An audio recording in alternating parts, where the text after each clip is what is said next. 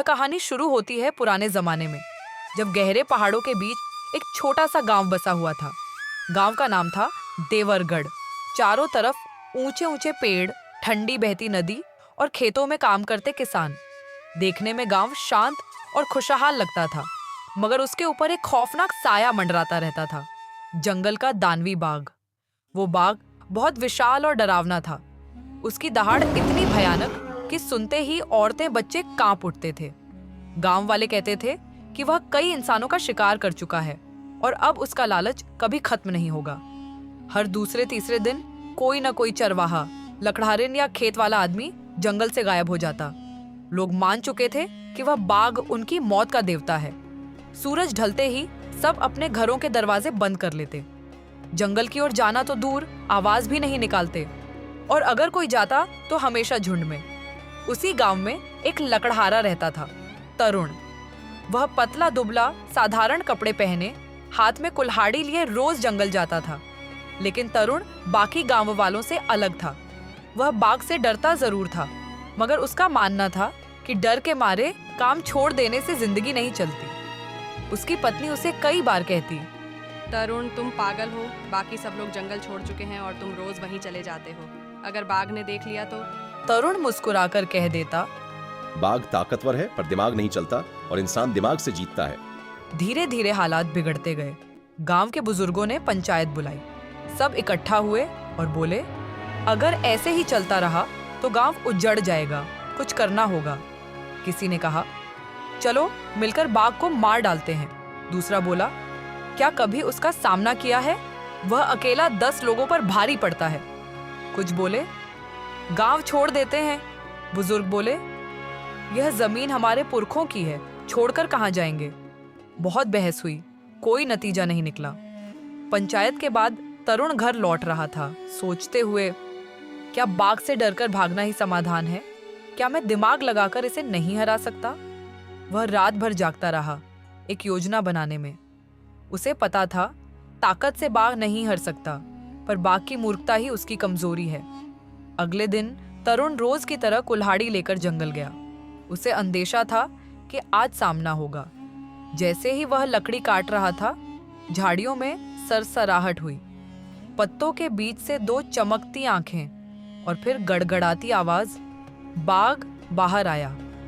उसने दहाड़ कर कहा, ओ लकड़हारे, यह जंगल मेरा है, यहाँ की हर चीज मेरी है। तूने हिम्मत कैसे की?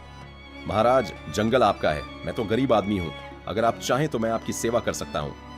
बाघ चौंका। कैसी सेवा? तरुण बोला, मैं आपके लिए रोज शिकार लाऊंगा, आपको मेहनत नहीं करनी पड़ेगी। बाघ सोचने लगा। ठीक है, रोज शिकार देना। तरुण ने सिर झुका दिया। घर लौटकर पत्नी बोली, आज भी बचकर आ गए? सुना है बाघ ने तुम्हें देख लिया। तरुण मुस्कुराया।